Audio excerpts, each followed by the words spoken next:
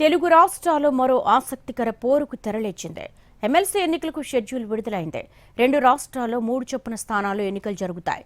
ఏపీలో 2 పట్టభద్రులు, 1 teacher MLC స్థానానికి ఎన్నిక జరగనుండగా తెలంగాణలో 2 టీచర్, 1 గ్రాడ్యుయేట్ ఎమ్మెల్సీ ఎలక్షన్స్ నిర్వహిస్తారు. ఏపీ, తెలంగాణలో మండలి సమరానికి వేళ్లైంది. త్వరలో ఖాళీ అవనున్న స్థానాలకు ఎన్నికలు నిర్వహిస్తారు. ఏపీలో 3 స్థానాలకు, తెలంగాణలో 3 సీట్లకు ఎన్నికలు జరుగుతాయి. ఈ మేరకు కేంద్ర ఎన్నికల సంఘం షెడ్యూల్ ని విడుదల చేసింది. ఫిబ్రవరి 3న నోటిఫికేషన్ విడుదల చేస్తారు. అదే నెల 27న పోలింగ్ నిర్వహిస్తారు. మార్చి 3న ఓట్ల లెక్కింపు ఉంటుంది.